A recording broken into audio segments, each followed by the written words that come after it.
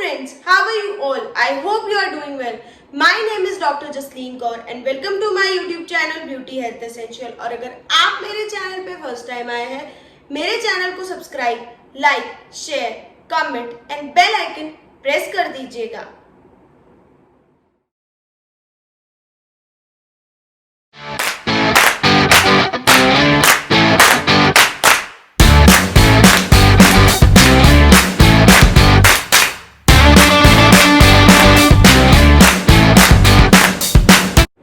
बढ़ती उम्र के साथ साथ हमारे जो बाल हैं वो ग्रे होने लग जाते हैं और हम इसे कैनेटीज बोलते हैं। ये नेचुरल होता है और ये हमें 40 to 45 इयर्स की एज के बाद दिखता है। बट आजकल काफी सारे टीनेजर्स एंड यंग पीपल भी ये प्रॉब्लम को फेस कर रहे हैं और हम उसे बोलते हैं premature greying of hair. And इसकी वजह से लोग अपना कॉन्फिडेंस लूज कर देते हैं और वो एजेड दिखने लग जाते हैं। अगर 10% ऑफ बाल हमारे सर या बियर्ड के वाइट हो जाते हैं तो हम उसे premature greying of hair बोलते हैं। जैसे कि मैंने अपनी पहली वीडियोस में भी बताया है, जो मेलानिन एक पिगमेंट होता है, it is responsible for blackening of skin, hair, even eye colour के लिए भी मेलानिन रिस्पॉन्सिबल होता है। तो कभी कभी हमारा एक या दो बाल अगर वाइट हो जाता है तो हम उसे ब्रेक कर सकते हैं बिकॉज वो पर्टिकुलर हेयर में मेलानिन की डेफिशिएंसी हो जाती है। एंड ये एक मिथ या वहम है कि हम हमारे वाइट बाल अगर तोड़ते हैं तो हमें और हो जाते हैं। आप तोड़ सकते हो।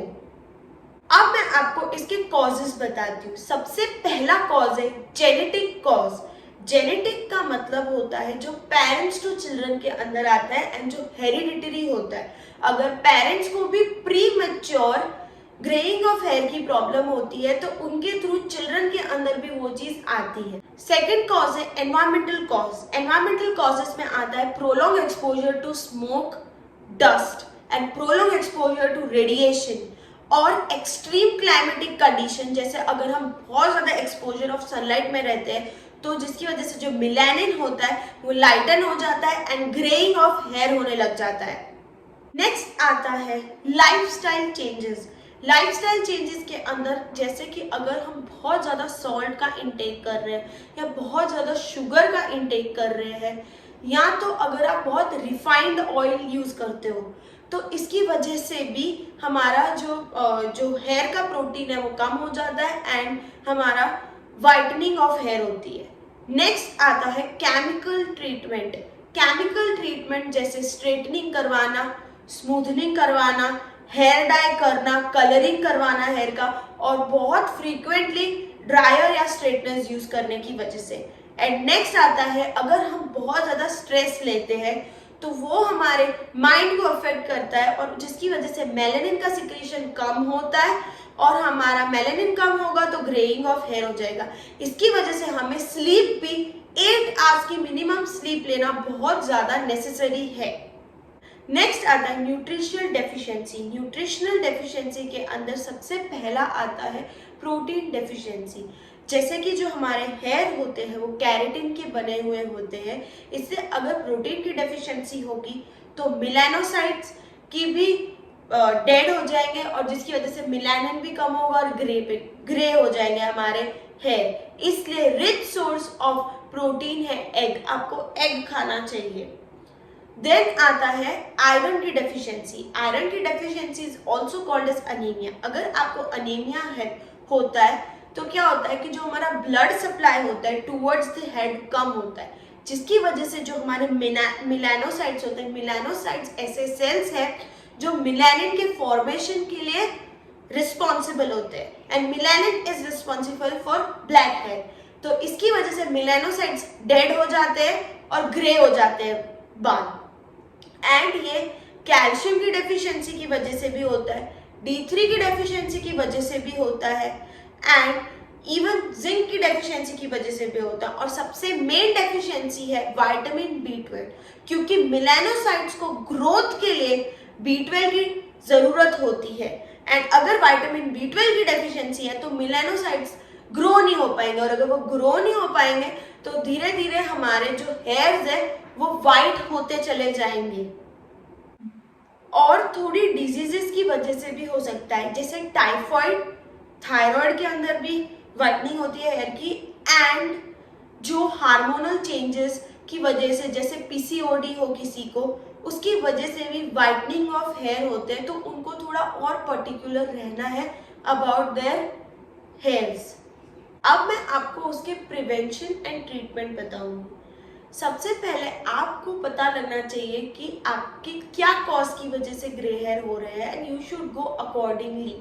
And please keep one thing in mind, जो हेयर आपके वाइट हो चुके हैं वो वापस ब्लैक नहीं हो सकते, बिकॉज उसके अंदर जो मेलानिन का पिगमेंट है वो चला जा चुका है।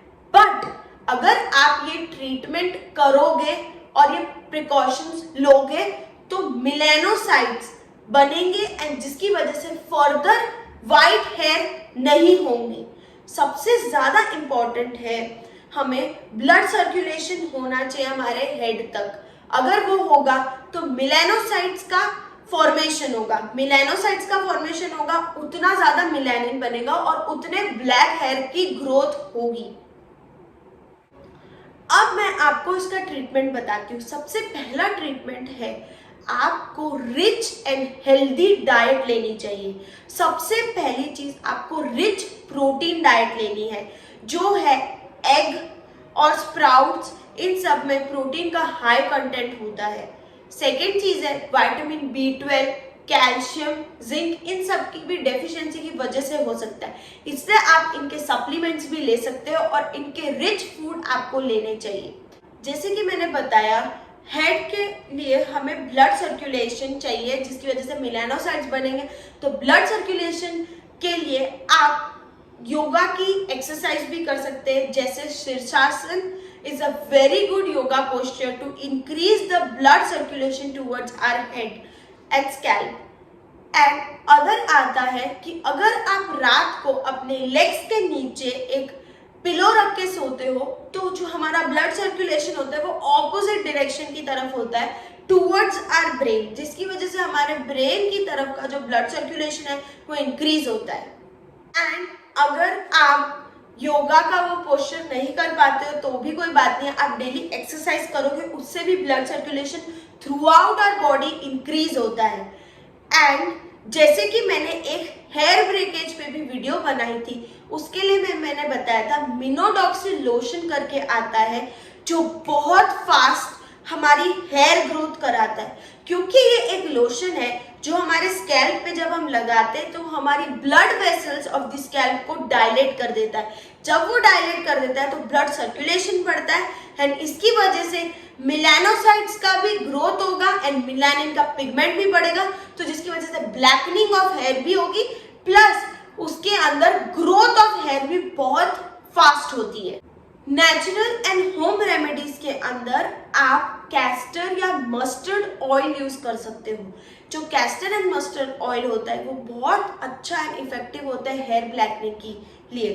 एंड आप उसको थोड़ा सा एक बॉल में लेके वार्म कर दो, एंड उसके अंदर कलौंजी, जो कलौंजी होता है वो एक इंग्रेडिएंट होता है जो हेयर ब्लैकनिंग डाइज में भी यूज होता है। हम अगर उसको यूज करते हैं तो उससे ब्लैक हेयर होते हैं, उसे ऐड करिए और अपने हेयर पे लगा दीजिए, ओवरनाइट रखिए और उसको मसाज कीजिए। मसाज से ब्लड का सर्कुलेशन बढ़ता है, और अगर आप उसके ओवरनाइट रखेंगे तो जिसकी वजह से उसका एब्जॉर्प्शन हो पाएगा। एंड अगर आप अपने वाइट हेयर्स को ब्लैक करते हैं डाई यूज करके, तो I would suggest don't use it, क्योंकि ये मेलानिन को बहुत लाइटन करता है और ये और वाइट करता है हमारे हेयर्स को। तो आप नेचुरल वे यूज करिए। जैसे अगर आप मेहंदी यूज करते हो और मेहंदी में अगर आप आंवला पाउडर डालते हो, तो ये दोनों को अगर आप यूज करोगे तो ये भी आपके जो वाइट हेयर्स है उसे ब्लैक कर देगा। एंड इवन आप कत्था यूज कर सकते हो, कत्था भी आप यूज कर सकते हो, वो भी हमारे हेयर्स को नेचुरल ब्राउन कलर देता है, एंड इसमें कोई केमिकल भी नहीं होता, हेल्दी होता है हमारे बालों के लिए। और आप वो कत्थे के साथ साथ कॉफी भी डाल सकते हैं तो वो और अच्छा कलर देगा। And thank you so much guys, this was all about it. I hope आपको मेरी वीडियो पसंद आई, और अगर आपको मेरी वीडियो यूजफुल और इंफॉर्मेटिव लगी है अपने फ्रेंड्स एंड फैमिली के साथ शेयर करिए, and please press the bell icon, and please मेरे चैनल को सब्सक्राइब करिए। Stay tuned. Thank you.